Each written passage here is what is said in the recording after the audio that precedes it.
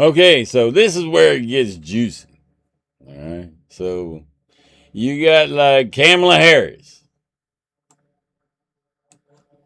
And so she back here when Chandra Levy goes missing, she's working.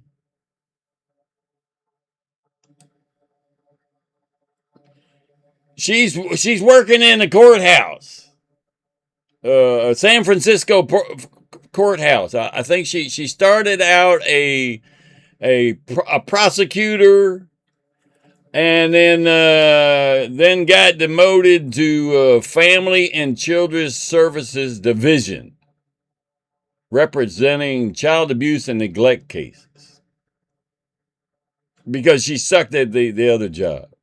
If I remember the order of things right. Now you got to understand now she's dating or dated and was friends with afterward Willie Brown, the mayor of San Francisco, who's like, you know, the long held mayor of San Francisco through this period when the underworld and the governments, the underworlds and the justice departments of inner cities are becoming kind of like unified, one unit, so they can better control the city. So that way they can tell the gangs, okay, well, you stay away from the tourist attractions and shit. Like they can better manage if they make friends with the gangs, because when they go out and try to bust them up, there's always just a new one going to take their place, and there'll be turf wars, and it makes bad headlines, and people don't want to come to San Francisco to see the bridge anymore. And so she's dating Willie Brown. He's a real player, So she's getting an inside view of San Francisco, how the game's played. Same time, China. Now, this is San Francisco is the capital of Chandra Levy's mother, who's frantically not getting anywhere with her daughter back here in D.C. with the fancy law firm. She is now, I remember she went back home and she went to the San Francisco courthouse saying, I'm a state, constituent, I vote Democrat, or, what can you do? Can you help me? Because these people back in D.C. are, they're full of crap. And this Gary Condon guy, blah, blah, blah. And I remember reading about that part. And so here's Harris. She ran the Family and Children's Services Division, representing child abuse and neglect cases. Now this is who that, a mother who, like, okay, well, this is not our jurisdiction. This is nothing that we can actually do here. But you're a constituent, and it's like, we need to send you to somebody to make you feel better. And so this would be who you send her to. Family and they sent her to Kamala Harris. And then now Kamala Harris, she understands, well, I mean, it doesn't take a rocket science. She said, I'll look into it. Maybe we can't do anything per se, but maybe we can make a phone call to somebody in D.C. and say, I'm going to call the San Francisco Chronicle or whatever about what I'm seeing here, and you're not going to like it. So she looks into it, and she's like, oh my God, Gary Condon was meeting with the vice president when the daughter went missing. Something nefarious is going on.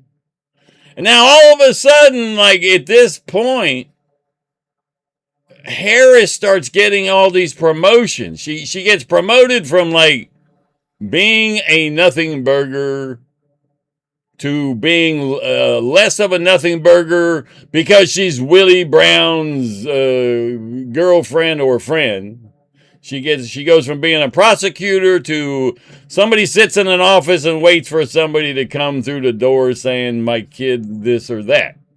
and then all of a sudden she goes to like state prosecutor to lead state prosecutor. She runs for, and I mean, you can look it all up. I forget the details, but all of a sudden the ladder of, and then Nancy Pelosi's career takes a fucking, here they are together. See, showing in March 2004, they're good friends. They both of their career, I forget what Pelosi was, but right at that same time that Harris's career goes, from nowhere to big time, the big show, her career took a big, she got a kick too. And then the Louis Renee, the boss of Harris at the Family and Children's Services Division, I think she retired. She all of a sudden, she okay, whatever's going on, who knows? And so now and then Harris gets to be senator in California, and the whole time she's the same dud we all know her to be, but she's got this Willie Brown education, on how, she's got him to go, she knows how to be a player. She's like, I'm not going to tell them if they don't give me a promotion, I'll snitch on them. And he says, just trust me. That's the way it works. If you want to be in this game, that's the way it's played. Nobody's going to freak out. They'll just go, okay, well, you got it. You got the cards.